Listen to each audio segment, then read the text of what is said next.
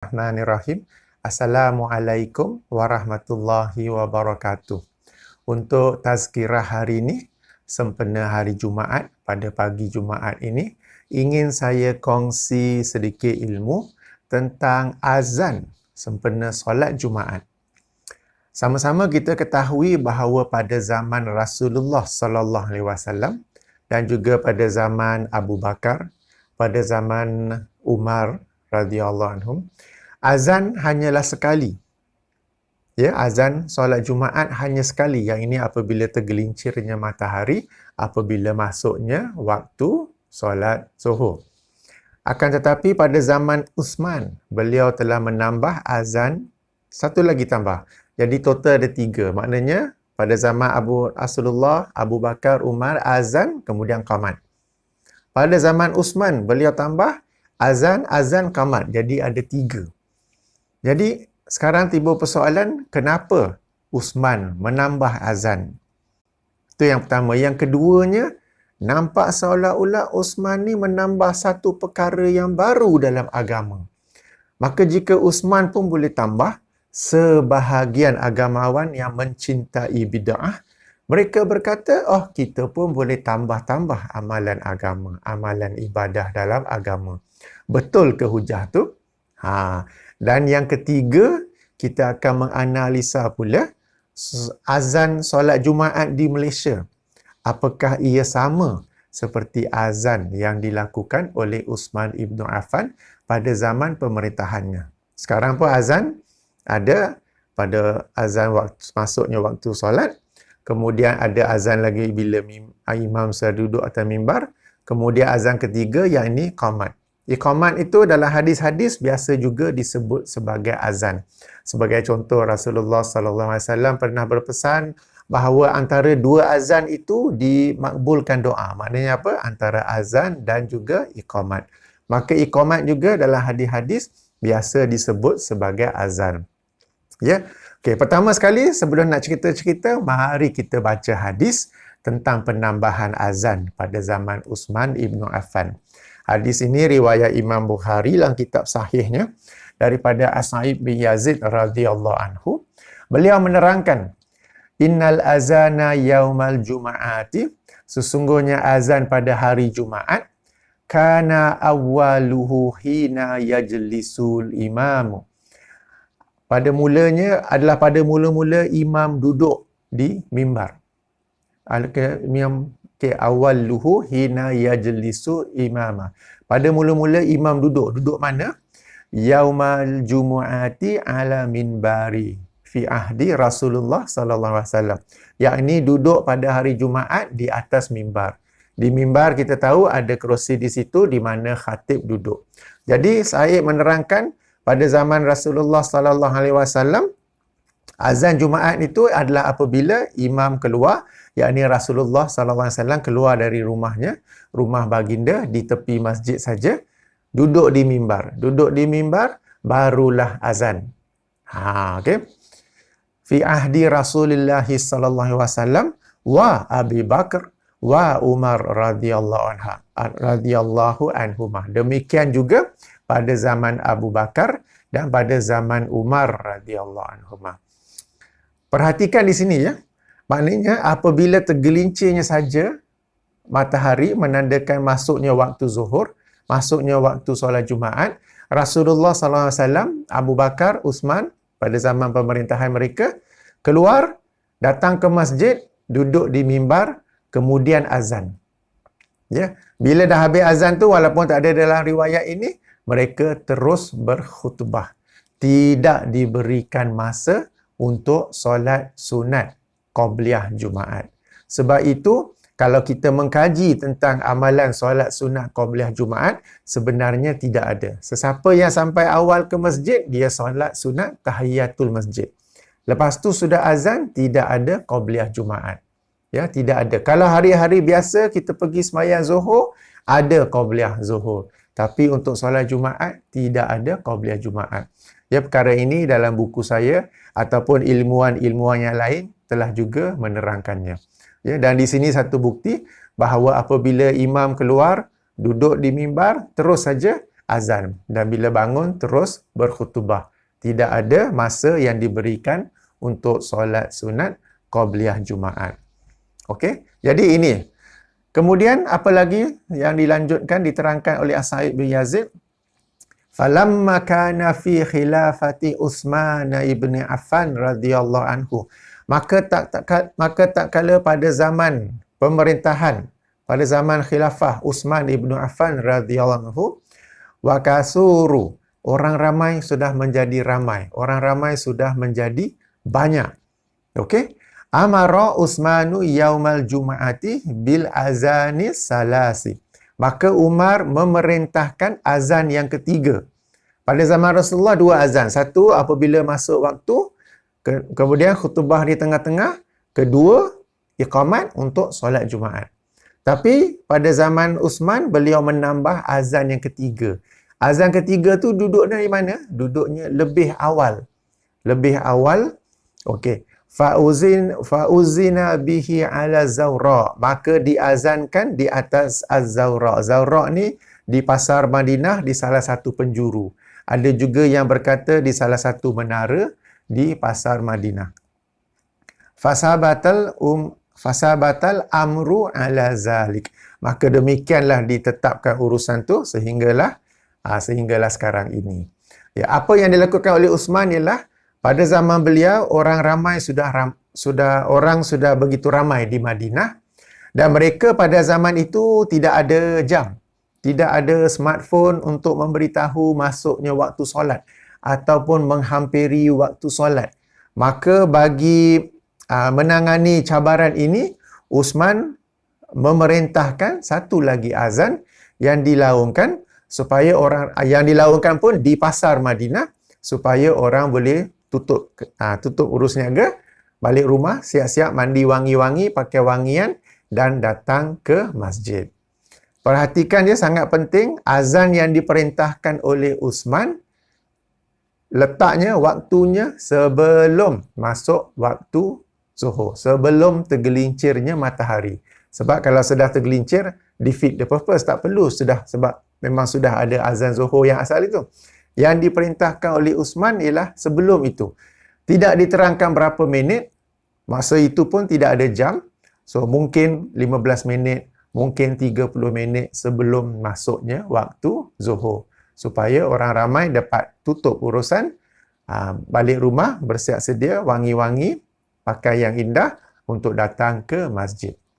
Ini yang diperintahkan oleh Utsman. Jadi di sini timbul persoalan. Pandai-pandai pula Utsman memerintahkan azan yang ketiga. Adakah dia berbuat bid'ah? Kalau dia buat bid'ah, kita pun boleh buat bid'ah. Itu hujah sebahagian orang. Ya, sebenarnya apabila kita membaca para sahabat selepas kewafatan Rasulullah sallallahu alaihi wasallam melakukan sesuatu ibadah, melakukan sesuatu perkara seperti contohnya yang ini. Walaupun mereka tidak menyandarkannya kepada Rasulullah sallallahu alaihi wasallam, sebenarnya ia ada asal usul daripada zaman Rasulullah sallallahu alaihi wasallam. Cuma orang tak tanya, mereka taklah bagi tahu. Ya, sebab hadis yang ini ataupun ada beberapa contoh-contoh yang lain, kalau kita baca secara zahirnya, kelihatan seolah-olah mereka ini para sahabat, mereka membuat ibadah yang tersendiri. Maka atas kefahaman yang zahir ini, kefahaman yang sekadar face value ini, sebahagian agamawan yang mencintai bid'ah, mereka berkata, tengok para sahabat pun boleh buat bid'ah. Maka sebenarnya kita pun boleh buat bid'ah dalam hal ibadah. Ya, padahal apabila para sahabat itu melakukan sesuatu ibadah, meskipun mereka tidak menyandarkannya kepada Rasulullah sallallahu alaihi wasallam, ia sebenarnya ada asal usulnya daripada Rasulullah sallallahu alaihi wasallam. Ya, sebagai contoh, apabila Utsman tambah azan, adakah ianya sesuatu yang totally new, betul-betul baru, atau ada asal usulnya pada zaman Rasulullah? Ya, sebenarnya azan ini yang kita tahu menandakan masuknya waktu solat. Okey, sebenarnya azan ada satu lagi fungsi, iaitu memperingatkan orang ramai akan hampirnya waktu solat supaya mereka bersiap sedia untuk datang ke masjid. Dan ini pernah berlaku pada zaman Rasulullah sallallahu alaihi wasallam, yakni bagi solat subuh. Bagi solat subuh. Di Malaysia sendiri pun, di setengah negeri atau setengah surau, mereka ada azan subuh yang lebih awal. Sebagai contoh sekarang ni subuh 6-10 minit pagi bagi kawasan Kelang dan Shah Alam. Jadi mereka azan setengah jam lagi awal supaya dapat membangunkan orang yang tidur. Dan ini ada dalilnya. Okey, hadis riwayat Imam Bukhari juga. Okey, di mana Rasulullah sallallahu alaihi wasallam bersabda,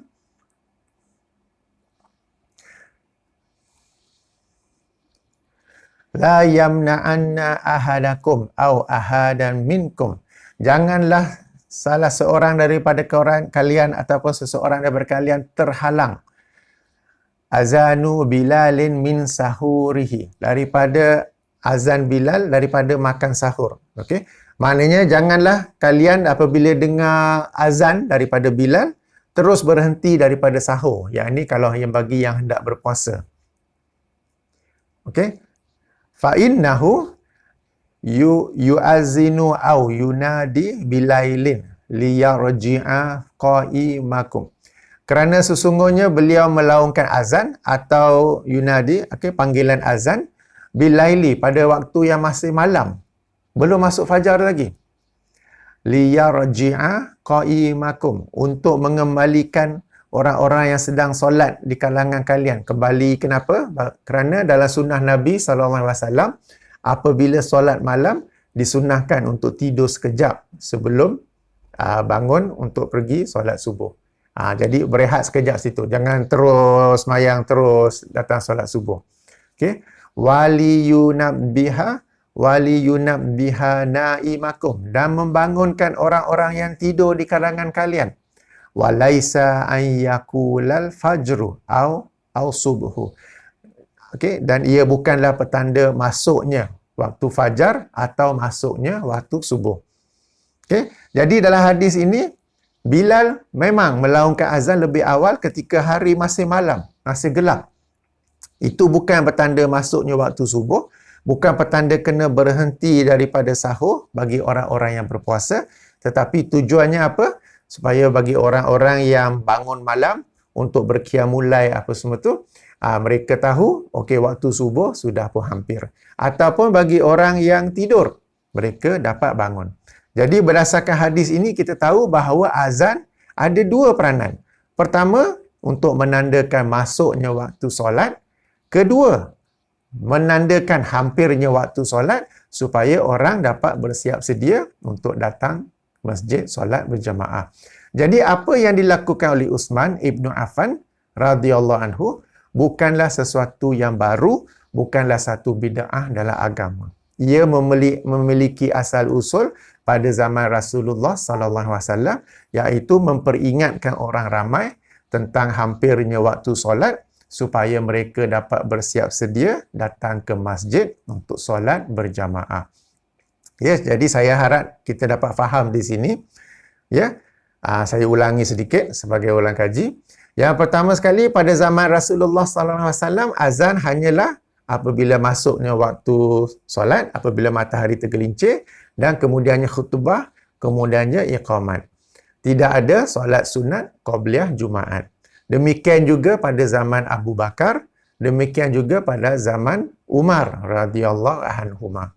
Kemudian pada zaman Uthman Ibn Affan, orang telah menjadi ramai dan mereka begitu khusyuk dalam jual beli di pasar Madinah sehingga ada kalanya bila azan baru nak tutup, baru nak bersiap-siap datang ke masjid sehingga ada yang terlewat. Lalu Umar lalu Uthman mahu mereka tutup urusan niaga dan bersiap sedia supaya dapat sampai awal ke masjid. Maka beliau memerintahkan azan yang ketiga. Azan ketiga ni letaknya lebih awal. Bukannya bila dah masuk waktu. Lebih awal supaya mereka dapat tutup urusan, bersiap sedia, mandi, sunnah-sunnah hari Jumaat kan. Mandi, pakai wangian, pakai pakaian yang cantik, datang masjid awal. Ya, itu yang dilakukan oleh Uthman Ibn Affan. Dan ini bukanlah sesuatu yang baru dalam agama kerana azan itu sendiri ada peranan yang kedua. Peranan pertama menandakan masuknya waktu solat. Peranan kedua ialah mengingatkan orang ramai akan hampirnya waktu solat. Jika untuk solat subuh, boleh azan lebih awal untuk membangunkan orang yang tidur atau untuk memberitahu orang yang sedang qiyam mulai bahawa waktu subuh sudah hampir. Demikian juga untuk solat Jumaat, boleh azan lagi awal seperti mana yang dilakukan oleh Uthman supaya mereka menutup urusan dan bersiap sedia datang solat Jumaat. Jadi ini asal usul di sebalik azan 2 kali pada hari Jumaat dan tujuan ataupun objektif di sebaliknya. Okey, baik. Sekarang kita masuk poin kedua pula. Bagaimana pula dengan azan 2 kali yang dilakukan di Malaysia sekarang ini? Apakah ia boleh disandarkan kepada Uthman radhiyallahu anhu pada zaman Uthman, pada apa yang diperintahkan oleh Uthman? Nanti dulu. Yang ini kita kena kaji. Okey, contohnya pertama dari sudut praktiknya. Di Malaysia sekarang ni di Shah Alam Kelang Zuhur 1.20. Maka 1.20 itu azan pertama, 1.30 tu azan kedua, di tengah tu diberi masa untuk solat sunat qabliyah Jumaat, kemudian khutbah, dan katakan khutbah 15 minit, 1.45 iqamat, yang ini azan ketiga. Ini dari sudut praktiknya. Ini berbeza dengan apa yang dilakukan oleh Uthman. Bagi Uthman, azan yang pertama itu diawalkan. Maknanya kalau sekarang ini waktu Zuhur masuk 1.20, maka azan pertama itu katakan setengah jam lebih awal. 12.50 dilaungkan azan yang pertama supaya orang yang sibuk dengan apa-apa urusan dapat menghentikannya dan bersiap sedia datang ke masjid, datang ke surau Jumaat. Beza di situ. Itu yang pertama. Yang kedua dari sudut maqasid, dari sudut tujuan. Dari sudut objektifnya, Uthman menambah azan supaya orang ramai dapat tutup urusan dan datang ke masjid. Tetapi jika di Malaysia, azan itu adalah pada tergelincirnya matahari, pada masuknya waktu Zuhur, macam dah terlambat. Dan kemudiannya, sekadar pemerhatian saya pada surau-surau Jumaat pada masjid yang saya pergi, jual beli di keliling masjid masih diteruskan. Walaupun ianya diteruskan oleh peniaga yang muslimat, yang wanita, tetapi pelanggannya, customernya tetap lelaki. Sebab ada yang datang lambat, nak masuk masjid tu tengok-tengok dulu, minum dulu, makan dulu, tengok kopiah, biji tasbih apa semua tu kan. Jadi urus niaga tetap diteruskan. Ya, mungkin ada di tempat lain di mana pihak masjid, AJK masjid telah mengarahkan semua peniaga di keliling masjid itu untuk berhenti. Tapi di kebanyakan tempat yang saya pergi, urus niaga tetap diteruskan. Jadi, dari sudut objektifnya pun tidak sama dengan apa yang dilakukan pada zaman Uthman radhiyallahu anhu. Jadi, saya ajak, saya ajak khasnya mereka yang ada pegang jawatan dalam urusan ini ya. Apabila dilakukan azan di Malaysia sekarang ini 3 kali, azan pertama ketika tergelincirnya waktu Zuhur, kemudian diberi masa untuk solat sunat qabliyah, kemudian apabila imam naik ke mimbar, bagi Assalamualaikum warahmatullahi wabarakatuh, kemudian imam duduk, lalu baru azan kedua. Kenapa nak ada 2 azan? Sebenarnya dah tak perlu lagi dah. Ya, kerana nak kata ikut zaman Uthman, tak ikut pun. Nak kata untuk memberi peringatan kepada orang ramai siap sedia datang ke masjid awal, zaman sekarang kita sudah ada telefon, sudah ada waktu solat, boleh pasang reminder dan orang-orang yang ingin datang awal ke masjid, dia akan datang awal ke masjid. Orang-orang yang nak berniaga nampaknya masih lagi berniaga. So, apa peranan sekarang ni? Adanya 2 azan pada hari Jumaat. Ya, apa peranannya, apa tujuannya? Nak kata ikut Uthman, tidak. Nak kata untuk memberhentikan orang ramai daripada urusan harian kemudian siap sedia datang ke masjid, tidak. Sebab bila azan itu, sudah pun masuk waktu sebenarnya. Bukannya lagi awal. Jadi, dengan perkara ini saya ingin mengajak kita fikir-fikir.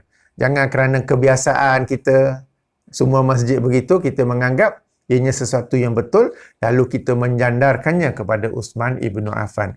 Padahal ianya tidak sama dengan apa yang dilakukan dan objektif yang dilakukan oleh Uthman ibn Affan radhiyallahu anhu.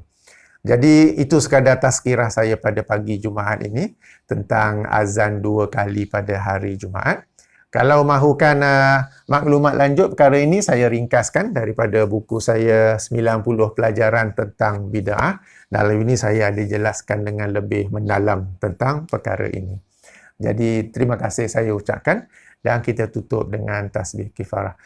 Subhanakallahumma wa bihamdika asyhadu an la ilaha illa anta astaghfiruka wa atubu ilaik.